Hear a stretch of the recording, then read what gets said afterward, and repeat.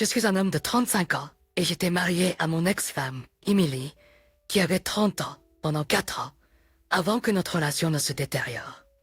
Emily et moi nous sommes rencontrés pour la première fois dans un bar où elle travaillait en tant que barmaid. Mes amis et moi visitions fréquemment le bar et dès le premier jour où j'ai vu Emily, j'ai su que je l'aimais. Elle avait un charme indéniable qui la distinguait de ses collègues.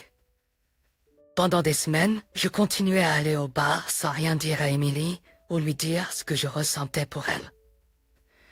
Un soir, alors que nous étions au bar, Emily servait à une table à côté de nous quand un homme a fait des gestes inconfortables envers elle, la laissant embarrassée.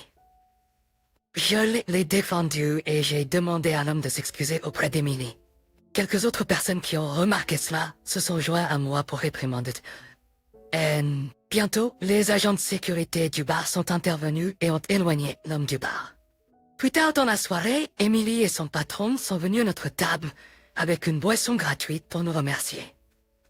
J'ai continué à visiter ce bar, visiter une vine, pique-nique bar, et de simples amis de bar, je lui ai demandé de sortir avec moi et elle a accepté. Emily et moi avons fini par sortir ensemble pendant 1 an avant de nous marier. Quelques mois avant notre mariage, j'ai trouvé à Emily un meilleur emploi pour qu'elle n'ait plus à travailler au bar. J'ai fait cela parce que même pendant que nous sortions ensemble, je continuais à aller au bar avec elle. Et je détestais voir comment elle était traitée par les autres hommes là-bas. J'étais mal à l'aise avec les hommes qui la regardaient et la dévisageaient. Alors avec l'aide de quelques amis, je lui ai trouvé un emploi de serveuse dans un restaurant chic. Emily n'a pas pu trouver un emploi bien rémunéré en raison de ses qualifications scolaires.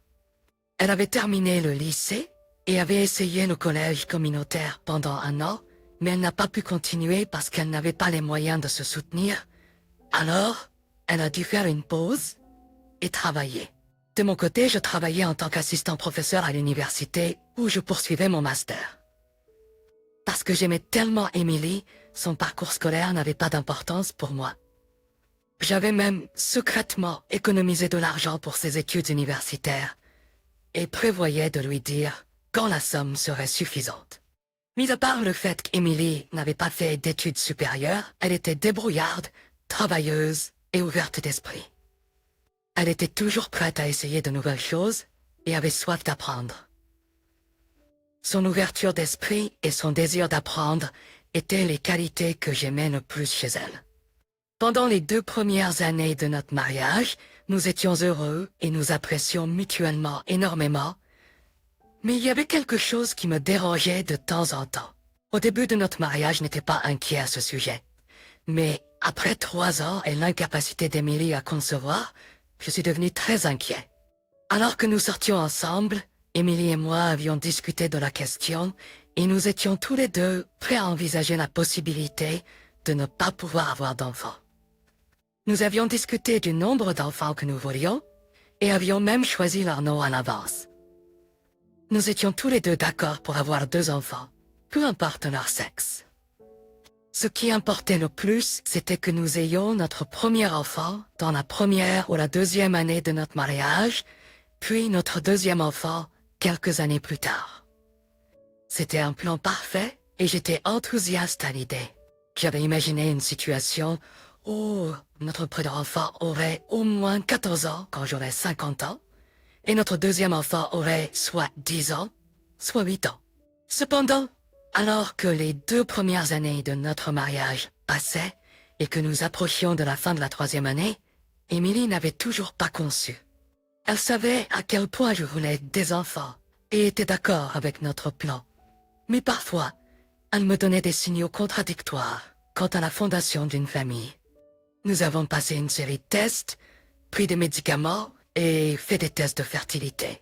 Tous les résultats ont montré que nous étions tous les deux en bonne santé physique. Mais je ne pouvais pas comprendre pourquoi Emily ne pouvait pas tomber enceinte. J'ai même douté des résultats d'un hôpital et nous avons été testés dans différents hôpitaux, mais les résultats étaient tous les mêmes. Alors que notre 3e année de mariage touchait à sa fin et que nous n'avions toujours pas d'enfants, j'ai commencé à me sentir accablé. J'avais déjà connu la déception dans d'autres domaines de ma vie, mais je n'aurais jamais pensé être également déçu dans le domaine d'avoir des enfants. À la 3e année de notre mariage, le lien entre Émilie et moi commençait à s'estomper lentement. Nous ne passions plus autant de temps ensemble qu'avant, et les choses avaient changé entre nous. Je ne pouvais même pas avoir une longue conversation avec elle sans parler de nos projets pour quand nous aurions un enfant, ce qui était un tournant pour Émilie. Elle a commencé à se plaindre que j'étais trop concentré sur l'avenir et que je ne vivais pas dans le présent. Peu de temps après avoir célébré notre 3e anniversaire, j'ai réalisé à quel point nous étions devenus distants. J'ai promis à Émilie que nous travaillerions à retrouver le couple que nous étions avant, et je ne me stresserai plus à propos d'avoir des enfants. Je ne voulais pas manquer l'occasion de grandir avec Émilie. Elle était contente et m'a rappelé que Dieu est celui qui nous bénit avec des enfants lorsque le moment est venu. En tant que chrétiens, nous croyons tous les deux que Dieu est le donateur de toutes les bonnes choses, y compris les enfants, et nous avions confiance qu'il nous bénirait avec des enfants lorsque le moment serait venu. Je me suis également rappelé que ne pas avoir d'enfants ne rendait pas notre mariage moins complet. Avec cette nouvelle façon de penser, j'ai arrêté de m'inquiéter d'avoir des enfants et je me suis concentré sur trouver de nouvelles façons de renforcer notre mariage et de profiter de la vie avec Émilie. Il n'était plus important pour moi d'avoir des enfants dans le futur ou non. J'ai même envisagé la possibilité d'adopter un enfant plus tard si Émilie ne pouvait pas concevoir. Pendant ce temps, à la 3e année de notre mariage, Émilie avait déjà commencé son programme universitaire de 4 ans. Elle était en première année et je la soutenais financièrement. J'avais mis de l'argent de côté pour elle. Elle se débrouillait bien et j'étais heureux qu'elle puisse enfin aller à l'université comme elle l'avait toujours voulu. Au fil du temps, notre mariage est lentement revenu à son état précédent. La seule différence était qu'Émilie et moi n'étions pas aussi proches qu'avant en raison de nos horaires chargés. Si elle ne travaillait pas tard le soir, elle rentrait tard du travail et j'étais tout aussi occupé. Je savais qu'il viendrait un moment où nous serions tous les deux occupés et je n'ai pas fait d'histoire à ce sujet. J'ai fait de mon mieux pour être un mari attentionné. Si je rentrais tôt à la maison, je préparais le dîner pour nous, sortais les poubelles, nettoyais la maison et faisais d'autres choses pour l'aider à soulager son stress. Le week-end, je la laissais se reposer pendant que je m'occupais des tâches ménagères, telles que le nettoyage, les courses, la lessive et la cuisine. Le soir, nous sortions nous amuser ou nous promener en ville. Quelques mois après avoir arrêté de parler d'avoir des enfants ou de les mentionner dans nos conversations, j'ai remarqué qu'Émilie continuait à aller à ses rendez-vous chez son gynécologue. Elle le visitait une fois par semaine, ce qui était plus souvent qu'avant. Je voulais lui demander à ce sujet, mais je savais pourquoi elle voyait son gynécologue et cela aurait été insensible de ma part de demander, alors je me suis abstenu. Je croyais qu'elle voulait prendre les choses à son propre rythme et qu'il n'y avait rien de mal à ce qu'elle continue à voir son gynécologue. En fait, j'étais impressionné qu'elle ne cesse pas de le voir, même si nous avions arrêté de discuter d'avoir des enfants, car cela nous rapprochait. Au début de notre mariage, nous étions intimes 2 ou 3 fois par semaine, mais après nos tentatives de concevoir ont échoué, nous pouvions passer une semaine entière sans être intimes.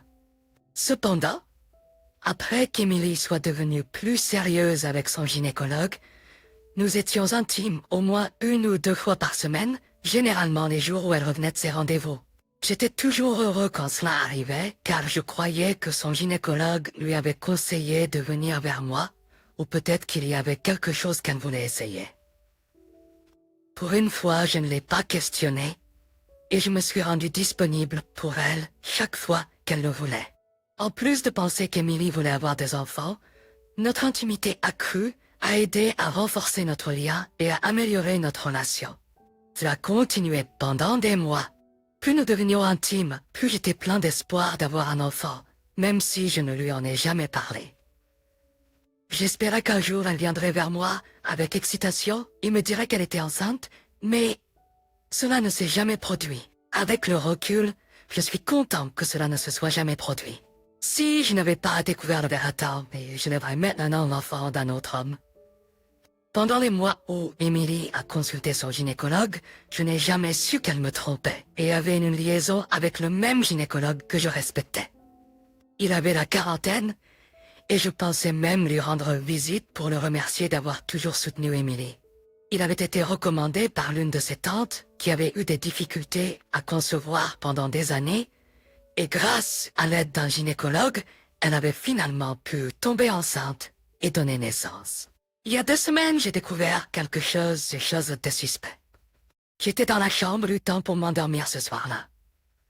J'étais épuisé par le travail toute la journée et je n'ai même pas pu faire le dîner ou mes tâches habituelles.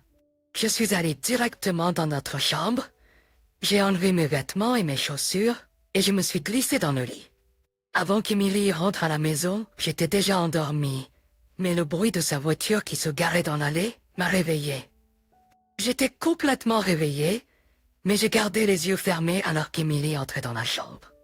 Je suppose qu'elle pensait que j'étais endormi, alors elle a continué à parler au téléphone. En raccrochant, elle a dit « Je t'aime, à demain après le travail ». Je suis resté figé dans le lit et je me suis demandé à qui elle parlait. Je savais que ce n'était aucun de ses frères et sœurs ou de ses parents, car Emily n'exprimait pas ses émotions de cette manière.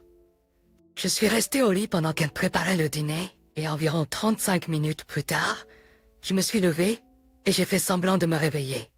Je savais qu'Emily était intelligente, alors je devais rester dans la chambre pendant un moment pour qu'elle ne soupçonne pas que j'avais entendu sa conversation.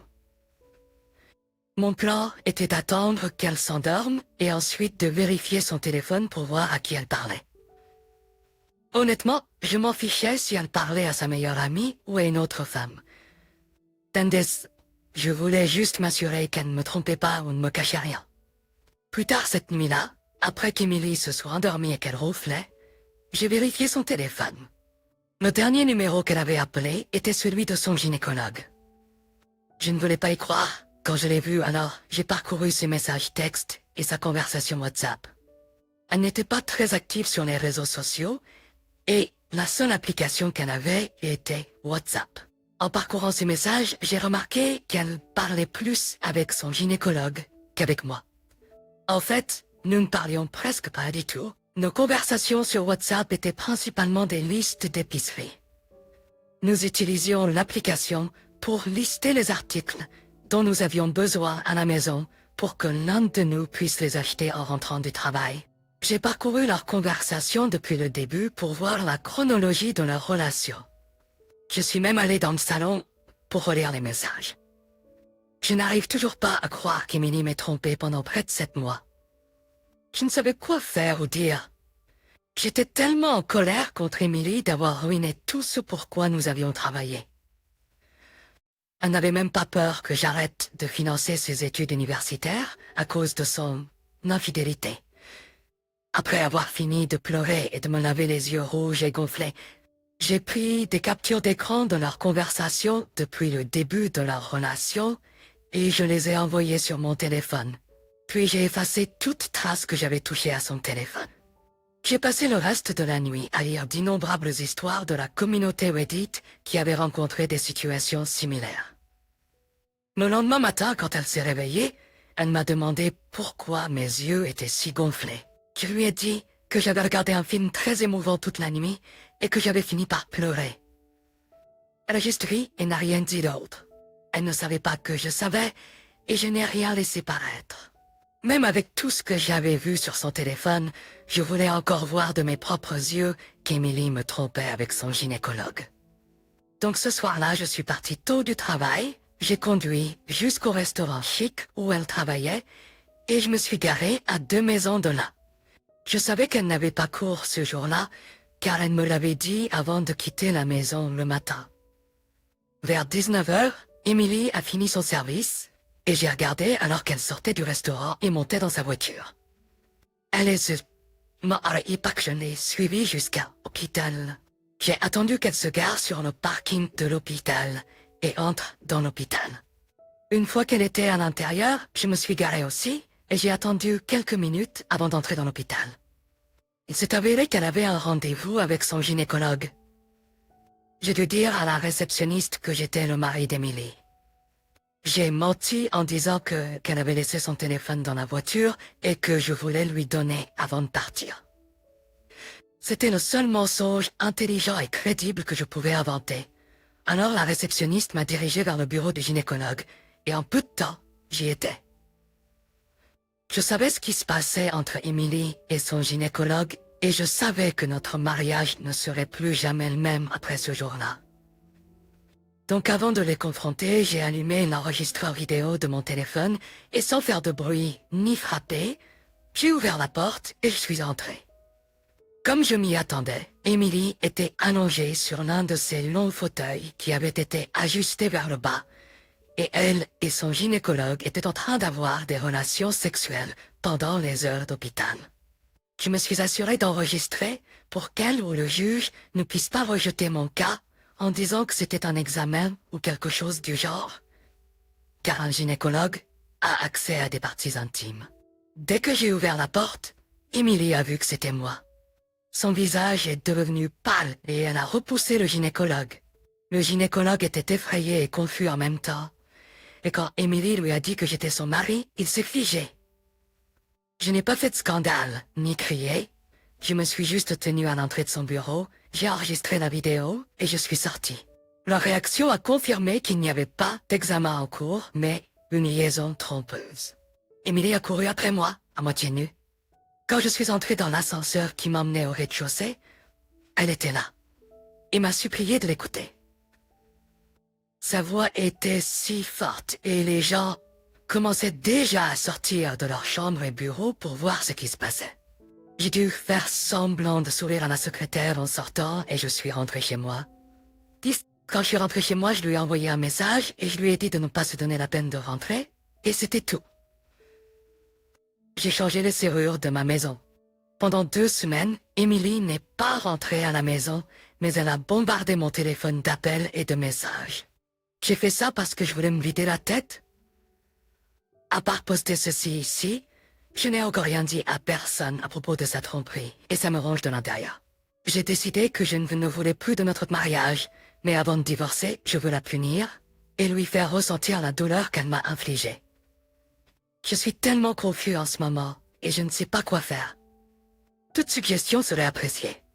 Maintenant, pour la première mise à jour. Bonjour à tous.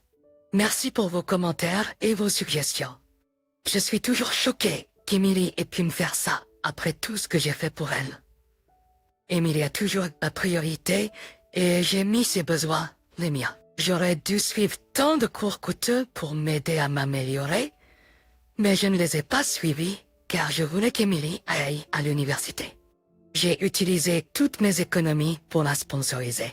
Je suis toujours profondément blessée et je ne pense pas que je pourrai jamais surmonter la douleur qu'elle m'a causée. Donc, quelqu'un ici a commenté que je devrais jouer avec elle un peu et la faire s'humilier publiquement avant de lui remettre les papiers de divorce. Je pense que c'est la meilleure chose à faire et j'ai aussi décidé de retirer tout mon soutien à son éducation. Si elle le souhaite, elle peut continuer ses études avec ses propres revenus. Ce n'est plus mon affaire. Il y a 3 jours, j'ai pris l'appel d'Emily après des semaines sans lui parler. Quand je l'ai fait, elle a commencé à pleurer au téléphone et m'a supplié de la laisser rentrer à la maison pour qu'on puisse parler. Je savais qu'elle allait demander ça, alors je lui ai dit de venir. Elle est arrivée 15 minutes après que nous ayons raccroché et je l'ai laissée entrer. Je ne voulais pas que ça ait l'air d'être une mise en scène, alors j'ai exprimé mes sentiments et ma déception calmement, et elle s'est mise à genoux et s'est excusée. Elle a dit qu'elle ne savait pas ce qui lui était arrivé et que ça n'arriverait plus jamais. Elle a même promis de ne plus voir de gynécologue seule si je lui donnais une 2e chance. Elle a dit que le gynécologue l'avait manipulée en lui disant que j'étais impuissant et qu'elle devait prendre son aide pour tomber enceinte. Je lui ai demandé pourquoi elle ne m'en avait pas parlé quand le gynécologue avait d'abord semé cette idée dans son esprit. Elle a dit que le médecin lui avait dit de ne pas m'en parler parce que ça blesserait mon ego masculin. Une partie de moi voulait la croire, mais je savais aussi qu'elle n'était pas assez naïve pour tomber dans un tel piège. J'avoue que j'ai encore pleuré ce jour-là, d'avoir à raviver la douleur que j'avais ressentie. Ce jour-là, quand je l'ai surprise en train de tromper, elle a supplié pour obtenir mon pardon. Je lui ai dit que je ne la pardonnerais et ne la reprendrais que si elle confessait son infidélité à nos parents et expliquait comment je l'avais surprise. Quand elle a entendu ça, elle a fait une pause et m'a regardé pendant un moment avant de se remettre à pleurer. Elle a demandé s'il n'y avait pas d'autre solution et je lui ai dit que c'était la seule façon. Je pensais qu'elle allait dire non, mais elle ne l'a pas fait. Elle a dit qu'elle ferait tout pour restaurer notre relation. Nous avons choisi une date pour aller chez ses parents et chez mes parents pour dîner. Après ça, nous rassemblerons tous ses amis importants et elle leur dira elle-même à quel point elle a été une épouse horrible. C'est la meilleure façon de la punir. Pour ce qu'elle m'a fait, je ferai une autre mise à jour bientôt et j'ai hâte de voir l'expression sur son visage quand je lui remettrai les papiers de divorce. J'ai déjà contacté un avocat et il les traite actuellement. Maintenant pour la dernière mise à jour. Bonjour à tous. Je suis heureux d'annoncer qu'Emily a fait tout ce que nous avions convenu. Mais avant de vous dire comment ça s'est passé, Emily et moi sommes officiellement divorcés. Oui, j'ai suivi le plan et elle a eu ce qu'elle méritait. Quant à Emily, qui avoue ouvertement à tout le monde, nous sommes d'abord allés chez ses parents pour dîner. Ils étaient heureux de nous recevoir, mais ils ont aussi senti que quelque chose n'allait pas avec Emily. Elle avait l'air misérable et n'importe qui aurait pu voir que tout n'allait pas bien. Pendant que nous étions en train de dîner, Emily a annoncé à ses parents et à ses frères et sœurs qui étaient à la maison qu'elle voulait leur dire quelque chose, et tout le monde est devenu attentif. Soudain, elle s'est mise à pleurer, et d'une voix tremblante, elle a dit à ses parents qu'elle me trompait avec son gynécologue et que je l'avais surprise. Ses parents et ses frères et sœurs ont été choqués quand elle a dit ça. Et ils ont failli s'étouffer. Ils se sont tous tournés vers moi, mais j'ai gardé un visage impassible et j'ai continué à manger. Son père a été le seul à se mettre à crier contre elle et le reste de la famille n'a pas pu dire un mot. Plus son père criait contre elle, plus elle pleurait. Après avoir fini de manger, nous sommes partis ensemble. Personne n'a rien dit.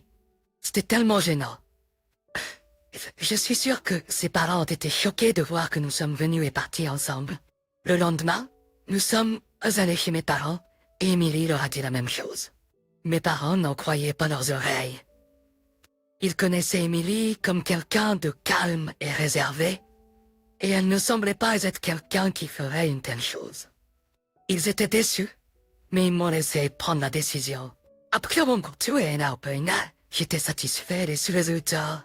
Je pouvais voir que ses parents étaient déçus d'elle à travers leurs regards et leurs expressions. Sur le chemin du retour de chez mes parents, je l'ai déposée à l'hôtel où elle logeait après avoir découvert sa tromperie. On lui a dit de rentrer chez elle le lendemain matin. Quand elle est arrivée à la maison le lendemain, elle a été choquée de voir ses affaires soigneusement emballées sur le porche. Elle s'attendait à ce que nous recommencions notre vie ensemble. Pauvre chose. En entrant, je lui ai remis les papiers de divorce et elle a commencé à pleurer. J'ai expliqué que notre relation était terminée et que mon seul but était de lui donner une leçon. À ce moment-là, elle est devenue en colère et a commencé à crier contre moi pour arruiner sa vie. Elle a même prétendu qu'elle me rendait service en couchant avec son gynécologue parce qu'elle savait que j'étais stérile. Mais la blague était sur elle car j'étais pas stérile. Dans un accès de colère, je lui ai demandé pourquoi elle n'avait pas encore conçu si elle était si fertile, ce qui l'a encore plus mise en colère. Elle a commencé à me jeter des objets et je l'ai violemment mise dehors de chez moi. Nous avons officiellement divorcé une semaine plus tard. J'ai ensuite cherché le gynécologue qui avait couché avec Emily et j'ai envoyé des captures d'écran et des vidéos à l'autorité hospitalière. J'ai également publié l'incident sur les réseaux sociaux, mentionnant le nom du médecin et de l'hôpital. Ce n'a pas été bien vu par l'administration de l'hôpital, car le médecin a été suspendu pour avoir eu une relation avec une patiente pendant les heures de travail en hôpital. Emily ne pouvait même pas retourner le voir, car son mariage et sa carrière ont été ruinés à cause d'elle. Je me sens maintenant accomplie, et je ne peux pas vous remercier assez pour vos suggestions. Merci encore une fois de regarder. Si vous avez aimé la vidéo, n'hésitez pas à aimer, commenter et vous abonner. À la prochaine, prenez soin de vous.